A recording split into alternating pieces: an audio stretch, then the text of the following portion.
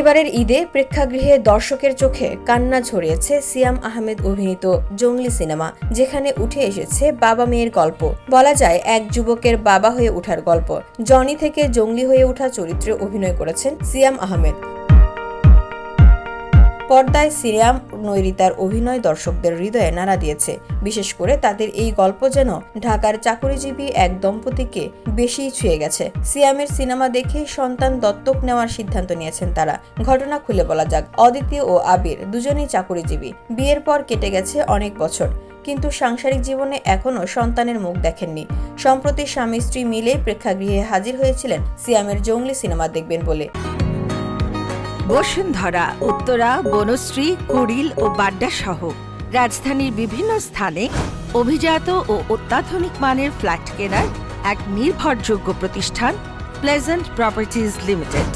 তাই আপনার স্বপ্নের আবাসনের জন্য আজই যোগাযোগ করুন। Pleasant properties limited, where destiny matches eventually. Cinema দেখার পর তারা সিদ্ধান্ত নিলেন বাচ্চা দত্তক নেবেন।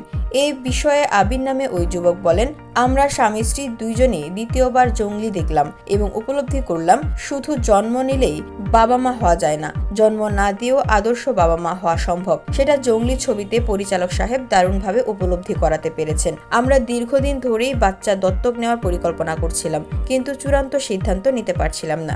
আবির যখন কথা বলছিলেন, পাশে দাঁড়িয়েছিলেন তার স্ত্রী অদিতি। তিনি বললেন, এমন ছবি সমাজের সব বাবা মায়েদের দেখা উচিত। যারা বাবা মা হননি তাদের আরো বেশি দেখা দরকার। সন্তান জন্ম দিলেই বাবা হওয়া যায় না। বাবা হওয়ার দারুণ এক লেসন রয়েছে জঙ্গলি সিনেমায়। এই দম্পতি জানালেন, আমাদের সমাজে বাচ্চাদের নিয়ে কত কিছু ঘটে। অনেকে বাচ্চার জন্ম দিয়ে রাস্তায় ফেলে দিয়ে যান। তারা কিভাবে বড় হয় সেটা খুবই অমানবিক। এই ছবিতে সেটাও দেখানো হয়েছে। VOD Bangla news desk.